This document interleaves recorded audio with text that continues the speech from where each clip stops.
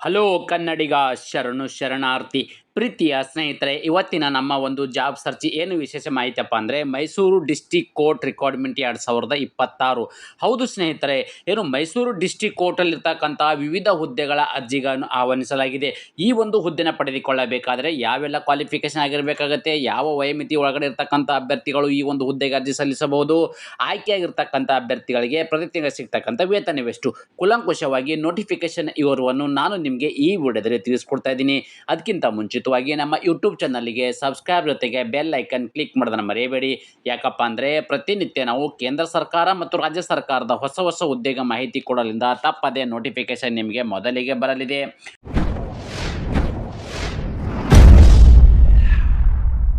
ಸ್ನೇಹಿತರೆ, ಹುದ್ದೆಗಳ ಬಗ್ಗೆ ನಾವಿಲ್ಲಿ ಕುಲಂಕುಷವಾಗಿ ಮಾಹಿತಿ ನೋಡ್ತಾ ಹೋಗೋಣ ಬನ್ನಿ. ಶೀಘ್ರ ಲಿಪಿಗಾರರು ಗ್ರೇಡ್ 3 ಮತ್ತು ಬೆರಳಚ್ಚು ನಕಲುಗಾರರು ಮತ್ತು ಆದೇಶ ಜಾರಿಕಾರರು ಮತ್ತು ಸೇವಕರು ಇರ್ತಕ್ಕಂಥದ್ದು ಈ ಥರದ ವಿವಿಧ ಹುದ್ದೆಗಳ ಅರ್ಜಿಗಳನ್ನು ಆಹ್ವಾನಿಸಲಾಗಿದೆ. ಅಂದರೆ ಶೀಘ್ರ ಲಿಪಿಗಾರರು ಗ್ರೇಡ್ 3, ಬೆರಳಚ್ಚು ನಕಲುಗಾರರು ಇರ್ತಕ್ಕಂಥ ಹುದ್ದೆಗಳು, ಆದೇಶ ಜಾರಿಕಾರರು ಮತ್ತು ಸೇವಕರು, ಅಂದರೆ ಸೇವಕರು ಅಂತ ಹೇಳಿದ್ರೆ ಜವಾನರು ಇರ್ತಕ್ಕಂಥ ಹುದ್ದೆಗಳ ಅರ್ಜಿಗಳನ್ನು ಆಹ್ವಾನಿಸಲಾಗಿದೆ. ಅದೇ ರೀತಿ ಕರ್ತವ್ಯ ಸ್ಥಳ ಅಂದರೆ ಆಯ್ಕೆಯಾಗಿರ್ತಕ್ಕಂಥ ಅಭ್ಯರ್ಥಿಗಳು ಎಲ್ಲಿ ಒಂದು ಕೆಲಸವನ್ನು ನಿರ್ವಹಿಸಬೇಕಪ್ಪ ಅಂದರೆ ಹುದ್ದೆಗೆ ಆಯ್ಕೆಯಾದ ಅಭ್ಯರ್ಥಿಗಳು ಮೈಸೂರು ಜಿಲ್ಲೆಯಲ್ಲೇ ಕೆಲಸವನ್ನು, ಅಂದರೆ ಮೈಸೂರು ಜಿಲ್ಲೆಯಲ್ಲಿರ್ತಕ್ಕಂಥ ಡಿಸ್ಟಿಕ್ ಒಂದು ಕೋರ್ಟಲ್ಲಿ ಕೆಲಸವನ್ನು ನಿರ್ವಹಿಸಬೇಕಾಗತ್ತೆ. ಅದೇ ರೀತಿ ಖಾಲಿ ಇರ್ತಕ್ಕಂಥ ಹುದ್ದೆಗಳ ಸಂಖ್ಯೆ ಎಷ್ಟು ಅದಾವ ಒಟ್ಟಾರೆ ಅಂತ ಹೇಳಿದ್ರೆ ಒಟ್ಟು ಇಲ್ಲಿ 93 ಹುದ್ದೆಗಳ ಅರ್ಜಿಗಳನ್ನು ಆಹ್ವಾನಿಸಲಾಗಿದೆ. ಕರೆದಿರ್ತಕ್ಕಂಥ ಹುದ್ದೆಗಳು ಎಷ್ಟು ಒಟ್ಟಾರೆ ಆಗಿ ಇಲ್ಲಿ 93 ಹುದ್ದೆಗಳ ಅರ್ಜಿಗಳನ್ನು ಆಹ್ವಾನಿಸಲಾಗಿದೆ.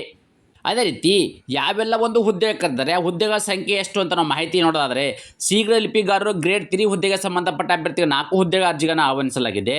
ಬೆರಳಚ್ಚುಗಾರರು ನಕಲುಗಾರರು ಇರ್ತಕ್ಕಂಥ ಹುದ್ದೆಗೆ 3 ಹುದ್ದೆಗಳ ಅರ್ಜಿಗಳನ್ನು ಆಹ್ವಾನಿಸಲಾಗಿದ್ದು, ಆದೇಶ ಜಾರಿಕಾರ ಇರ್ತಕ್ಕಂಥ ಹುದ್ದೆ 11 ಹುದ್ದೆಗಳ ಅರ್ಜಿಗಳನ್ನು ಆಹ್ವಾನಿಸಲಾಗಿದ್ದು, ಸೇವಕರು ಇರ್ತಕ್ಕಂಥ ಅಂತಂದರೆ ಜವಾನರು ಇರ್ತಕ್ಕಂಥ ಹುದ್ದೆಗಳು 75 ಹುದ್ದೆಗಳ ಅರ್ಜಿಗಳನ್ನು ಆಹ್ವಾನಿಸಲಾಗಿದೆ.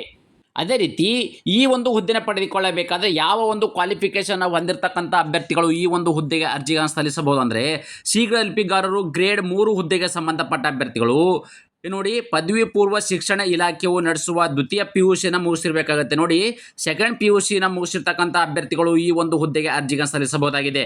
ಅಥವಾ ನೋಡಿ ಸೆಕೆಂಡ್ PUC ಇಲ್ಲ ಅಂದರೂ ಕೂಡ ಅಥವಾ 3 ವರ್ಷಗಳ ಕಾಲ ಡಿಪ್ಲೊಮಾ ಕಮರ್ಷಿಯಲ್ ಮತ್ತು ಪ್ರಾಕ್ಟೀಸ್ ಪರೀಕ್ಷೆಯಲ್ಲಿ ಉತ್ತೀರ್ಣರಾಗಿರಬೇಕು. ನೋಡಿ ಡಿಪ್ಲೊಮಾದಲ್ಲಿ ಕಮರ್ಷಿಯಲ್ ಪ್ರಾಕ್ಟೀಸ್ ಪರೀಕ್ಷೆಯಲ್ಲಿ ಉತ್ತೀರ್ಣರಾಗಿರಬೇಕು. ಇಲ್ಲಪ್ಪ ಅಂದರೆ ತತ್ಸಮಾನ ವಿದ್ಯಾರ್ಹತೆ ಹೊಂದಿರತಕ್ಕಂಥ ಎಲ್ಲ ಅಭ್ಯರ್ಥಿಗಳು ಈ ಒಂದು ಹುದ್ದೆಗೆ ಅರ್ಜಿಗಳನ್ನು ಸಲ್ಲಿಸಬಹುದಾಗಿದೆ. ಅದೇ ರೀತಿ ಕರ್ನಾಟಕ ಪ್ರೌಢ ಶಿಕ್ಷಣ ಪರೀಕ್ಷಾ ಮಂಡಳಿಯು ನಡೆಸುವ ಕನ್ನಡ ಮತ್ತು ಆಂಗ್ಲ ಕಿರಿಯ ಶ್ರೇಣಿ ಬೆರಳಚ್ಚು ಸೀನಿಯರ್ ಇರ್ತಕ್ಕಂಥ ನೋಡಿ ಟೈಪಿಂಗ್ ಮತ್ತು ಸೀನಿಯರ್ ಇರ್ತಕ್ಕಂಥದ್ದು ಏನಿದೆ, ಹಾಗೂ ಕನ್ನಡ ಮತ್ತು ಆಂಗ್ಲ ಶೀಘ್ರ ಲಿಪಿಯಲ್ಲಿ ಹಿರಿಯ ದರ್ಜೆ ನೋಡಿ ಶಾರ್ಟ್ ಹ್ಯಾಂಡ್ ಸೀನಿಯರ್ ಪರೀಕ್ಷೆಯಲ್ಲಿ ಅಥವಾ 3 ವರ್ಷಗಳ ಕಾಲ ಡಿಪ್ಲೊಮ್ ಕಮರ್ಷಿಯಲ್ ಪ್ರಾಕ್ಟೀಸಲ್ಲಿ ಉತ್ತೀರ್ಣರಾಗಿರಬೇಕು. ತತ್ಸಮಾನ ಪರೀಕ್ಷೆಯಲ್ಲಿ ಕೂಡ ಉತ್ತೀರ್ಣರಾಗಿರಬೇಕಾಗುತ್ತೆ. ನೋಡಿ ಇಲ್ಲಿ ಸೆಕೆಂಡ್ PUC ಆಗಿರ್ತಕ್ಕಂಥ ಅಭ್ಯರ್ಥಿಗಳು ಕೂಡ ಹುದ್ದೆಗೆ ಅರ್ಜಿ ಸಲ್ಲಿಸಬಹುದು. ಅಥವಾ ಡಿಪ್ಲೊಮಾದಲ್ಲಿ ಕಮರ್ಷಿಯಲ್ ಪ್ರಾಕ್ಟೀಸ್ ಪರೀಕ್ಷೆಯಲ್ಲಿ ಉತ್ತೀರ್ಣರಾಗಿರ್ತಕ್ಕಂಥ ಅಭ್ಯರ್ಥಿಗಳು ಈ ಒಂದು ಹುದ್ದೆಗೆ ಅರ್ಜಿ ಸಲ್ಲಿಸಬಹುದು. ಇದು ಒಂದು ಎಜುಕೇಷನ್ ಕ್ವಾಲಿಫಿಕೇಶನ್ ಆಗಿರುತ್ತೆ. ಇದು ಅಲ್ಲದೇ ಕರ್ನಾಟಕ ಪ್ರೌಢ ಶಿಕ್ಷಣ ಪರೀಕ್ಷಾ ಮಂಡಳಿ ನಡೆಸುವ ಈ ಕನ್ನಡ ಮತ್ತು ಆಂಗ್ಲ ಭಾಷೆ ಶ್ರೇಣಿ ಬೆರಳಚ್ಚು ಟೈಪಿಂಗ್ ಸೀನಿಯರ್ ಹಾಗೂ ಕನ್ನಡ ಮತ್ತು ಆಂಗ್ಲ ಭಾಷೆ ಕಿರಿಯ ದರ್ಜೆ ಅಂದರೆ ಶಾರ್ಟ್ ಹ್ಯಾಂಡ್ ಸೀನಿಯರ್ ಪರೀಕ್ಷೆಯಲ್ಲಿ ಅಥವಾ 3 ವರ್ಷಗಳ ಕಾಲ ಡಿಪ್ಲೊಮಾ ಪ್ರಾಕ್ಟೀಸ್ ಪರೀಕ್ಷೆಯಲ್ಲಿ ನೀವು ಉತ್ತೀರ್ಣರಾಗಿರ್ತಕ್ಕಂಥ ಎಲ್ಲ ಅಭ್ಯರ್ಥಿಗಳು ಈ ಒಂದು ಹುದ್ದೆಗೆ ಅರ್ಜಿಗಳನ್ನು ಸಲ್ಲಿಸಬಹುದಾಗಿದೆ. ಸ್ನೇಹಿತರೆ, ಅದೇ ರೀತಿ ಬೆರಳಚ್ಚು ನಕಲುಗಾರರ ಹುದ್ದೆಗೆ ಸಂಬಂಧಪಟ್ಟ ಅಭ್ಯರ್ಥಿಗಳು ಪದವಿ ಶಿಕ್ಷಣ ಇಲಾಖೆಯು ನಡೆಸುವ ದ್ವಿತೀಯ PUC ಉತ್ತೀರ್ಣರಾಗಿರಬೇಕು. ನೋಡಿ ಈ PUCನ ಉತ್ತೀರ್ಣರಾಗಿರಬೇಕಾಗತ್ತೆ. ಅಥವಾ ತತ್ಸಮಾನ ಪರೀಕ್ಷೆ ಹೊಂದಿರತಕ್ಕಂಥ ಅಭ್ಯರ್ಥಿಗಳು ಕೂಡ ಈ ಒಂದು ಹುದ್ದೆಗೆ ಅರ್ಜಿ ಸಲ್ಲಿಸಬಹುದು. ಇವರು ಕೂಡ ಇಲ್ಲಿ ಕನ್ನಡ ಅಥವಾ ಆಂಗ್ಲ ಭಾಷೆ ಶ್ರೇಣಿಗಳ ಬೆರಳಚ್ಚು ಮತ್ತು ಟೈಪಿಂಗ್ ಸೀನಿಯರ್ ಇರ್ತಕ್ಕಂಥದ್ದೇನಿದೆ ಇದರಲ್ಲಿ ನೀವು ತತ್ಸಮಾನ ಅಥವಾ ಉತ್ತೀರ್ಣರಾಗಿರಬೇಕಾಗತ್ತೆ. ನೋಡಿ ಟೈಪ್ ರೈಟಿಂಗ್ ಇರ್ತಕ್ಕಂಥದ್ದು ಏನಿದೆ ಇಲ್ಲಿ ಇನ್ನೊಂದು ಬಹುಮುಖ್ಯವಾಗಿರ್ತಕ್ಕಂಥದ್ದು, ನೀವು PUC ಪಾಸ್ ಆಗಿರಬಹುದು ಅಥವಾ ತತ್ಸಮಾನ ಪರೀಕ್ಷೆ ಉತ್ತೀರ್ಣರಾಗಿರಬೇಕು. ಈ ಒಂದು ಎಜುಕೇಷನ್ ಕ್ವಾಲಿಫಿಕೇಶನ್ ಆದರೆ ಅದರ ಜೊತೆಗೆ ನೀವು ಆಂಗ್ಲ ಮತ್ತು ಕನ್ನಡ ಭಾಷೆ ಬೆರಳಚ್ಚು ಟೈಪಿಂಗ್ ಇರ್ತಕ್ಕಂಥದ್ದು ಏನದು ಟೈಪ್ ರೈಟಿಂಗ್ ಇರ್ತಕ್ಕಂಥ ಏನು ಸೀನಿಯರ್ ಏನಿದೆ ಇದರಲ್ಲಿ ಕೂಡ ಪಾಸ್ ಆಗಿರಬೇಕಾಗತ್ತೆ. ಓಕೆ, ಪಾಸ್ ಆಗಿರ್ತಕ್ಕಂಥ ಅಭ್ಯರ್ಥಿಗಳು ಈ ಒಂದು ಹುದ್ದೆಗೆ ಅರ್ಜಿಗಳನ್ನು ಸಲ್ಲಿಸಬಹುದಾಗಿದೆ. ಅದೇ ರೀತಿ ಆದೇಶ ಜಾರಿಕಾರರು ಮತ್ತು ಸೇವಕರು ಅಂದರೆ ಜವಾನರು ಇರ್ತಕ್ಕಂಥ ಹುದ್ದೆಗಳು ಅಂದರೆ ಈ ಒಂದು ಹುದ್ದೆಗೆ ಸಂಬಂಧಪಟ್ಟ ಅಭ್ಯರ್ಥಿಗಳು ಕೇವಲ ಇವರು 10ನೇ ತರಗತಿ ಅಥವಾ ತತ್ಸಮಾನ ಪರೀಕ್ಷೆಯಲ್ಲಿ ಉತ್ತೀರ್ಣರಾಗಿರ್ತಕ್ಕಂಥ ಎಲ್ಲ ಅಭ್ಯರ್ಥಿಗಳು ಈ ಒಂದು ಹುದ್ದೆಗೆ ಅರ್ಜಿಗಳನ್ನು ಸಲ್ಲಿಸಬಹುದಾಗಿದೆ. ಸ್ನೇಹಿತರೆ, ವಯೋಮಾನ ಅಂದರೆ ಈ ಒಂದು ಹುದ್ದೆನ ಪಡೆದುಕೊಳ್ಳಬೇಕಾದ್ರೆ ಯಾವ ವಯೋಮಿತಿ ಒಳಗಡೆ ಇರತಕ್ಕಂಥ ಅಭ್ಯರ್ಥಿಗಳು ಈ ಒಂದು ಹುದ್ದೆಗೆ ಅರ್ಜಿಗಳನ್ನು ಸಲ್ಲಿಸಬಹುದು ಅಂದರೆ ಅರ್ಜಿ ಸಲ್ಲಿಸಲು ನಿಗದಿಪಡಿಸಿದ ಕೊನೆಯ ದಿನಾಂಕಕ್ಕೆ ಕನಿಷ್ಠ 18 ವರ್ಷ ಇರಬೇಕು. ನೋಡಿ, ಮಿನಿಮಮ್ ಇರ್ತಕ್ಕಂಥ ಎಷ್ಟು 18 ವರ್ಷ ಪೂರೈಸಬೇಕು. ಸಾಮಾನ್ಯ ವರ್ಗದ ಅಭ್ಯರ್ಥಿಗಳಂದರೆ ಜನರಲ್ ಕ್ಯಾಟಗರಿ ಸಂಬಂಧಪಟ್ಟ ಅಭ್ಯರ್ಥಿಗಳಿಗೆ 40 ವರ್ಷ ಒಳಗಡೆ ಇರತಕ್ಕಂಥ ಅಭ್ಯರ್ಥಿಗಳು ಹುದ್ದೆಗೆ ಅರ್ಜಿ ಸಲ್ಲಿಸಬಹುದು. OBC ಅಭ್ಯರ್ಥಿಗಳಾದರೆ 2A 2B 3A 3B ಅಭ್ಯರ್ಥಿಗಳಿಗಿದ್ರೆ 43 ವರ್ಷ. SC ST ವರ್ಗ 1 ಅಭ್ಯರ್ಥಿಗಳ ಗರಿಷ್ಠ ಅವರಿಗೆ 45 ವರ್ಷ ಒಳಗಡೆ ಇರತಕ್ಕಂಥ ಅಭ್ಯರ್ಥಿಗಳು ಈ ಒಂದು ಹುದ್ದೆಗೆ ಅರ್ಜಿಗಳನ್ನು ಸಲ್ಲಿಸಬಹುದಾಗಿದೆ. ಸ್ನೇಹಿತರೆ, ಅದೇ ರೀತಿ ವೇತನ ಅಂದರೆ ಆಯ್ಕೆ ಇರತಕ್ಕಂಥ ಅಭ್ಯರ್ಥಿಗಳಿಗೆ ಪ್ರತಿ ತಿಂಗಳು ಸಿಗ್ತಕ್ಕಂಥ ವೇತನ ಎಷ್ಟು ಅಂದರೆ ಹುದ್ದೆ ಮತ್ತು ಹುದ್ದೆಗೆ ಅನುಗುಣವಾಗಿರ್ತಕ್ಕಂಥ ವೇತನ. ಶೀಘ್ರ ಲಿಪಿಗಾರರು ಗ್ರೇಡ್ 3 ಹುದ್ದೆಗೆ ಸಂಬಂಧಪಟ್ಟ ಅಭ್ಯರ್ಥಿಗಳು 44,425 ರೂಪಾಯಿ ನಿಮಗೆ ಇದು ಬೇಸಿಕ್ ವೇತನವಾಗಿದ್ದರೆ, ಬೆಳ್ಳಚ್ಚು ನಕಲುಗಾರರ ಹುದ್ದೆಗೆ ಸಂಬಂಧಪಟ್ಟ ಅಭ್ಯರ್ಥಿಗಳಿಗೆ 34,100 ರೂಪಾಯಿ ಅವರಿಗೆ ಬಿತ್ತಕ್ಕಂಥ ವೇತನ ಬೇಸಿಕ್ಕು. ಆದೇಶ ಜಾರಿಗಾರರು ಇರ್ತಕ್ಕಂಥ ಹುದ್ದೆಗೆ ಸಂಬಂಧಪಟ್ಟ ಅಭ್ಯರ್ಥಿಗಳಿಗೆ 31,775 ರೂಪಾಯಿ ಇರಲಿದೆ. ಸೇವಕರು ಹುದ್ದೆಗೆ ಸಂಬಂಧಪಟ್ಟ ಅಭ್ಯರ್ಥಿಗಳಿಗೆ 27,000ದಿಂದ 46,675 ರೂಪಾಯಿದು ಸೇವಕರು ಇರ್ತಕ್ಕಂಥ ಹುದ್ದೆಗೆ ಸಂಬಂಧಪಟ್ಟ ಅಭ್ಯರ್ಥಿಗಳಿಗೆ ಪ್ರತಿ ತಿಂಗಳು ಸಿಗ್ತಕ್ಕಂಥ ವೇತನವಾಗಿದೆ.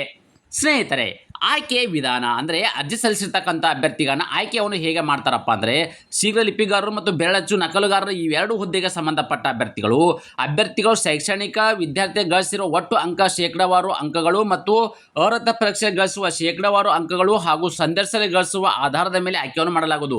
ನೀವು ಗಳಿಸಿರ್ತಕ್ಕಂಥ ಏನು PUC ಆಗಿರ್ತಕ್ಕಂಥ ಗಳಿಸಿರ್ತಕ್ಕಂಥ ಏನು ಪರ್ಸೆಂಟೇಜ್ ಮಾರ್ಕ್ಸ್ ಇದೆ ಅದು ಮತ್ತು ನಿಮ್ಗಿರ್ತಕ್ಕಂಥ ಒಂದು ಎಕ್ಸಾಮ್ ಇದೆ.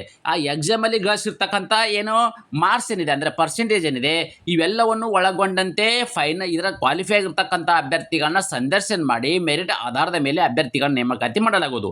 ಅದೇ ರೀತಿ ಆದೇಶ ಜಾರಿಕಾರರು ಸೇವಕರು ಹುದ್ದೆಗೆ ಸಂಬಂಧಪಟ್ಟ ಅಭ್ಯರ್ಥಿಗಳು 10ನೇ ಪರೀಕ್ಷೆಯಲ್ಲಿ ಪಡೆದ ಅಂಕಗಳ ಅರ್ಹತೆ ಆಧಾರದ ಮೇಲೆ ಸಂದರ್ಶನ ನಡೆಸಿ ಆಯ್ಕೆಯನ್ನು ಮಾಡಲಾಗುವುದು.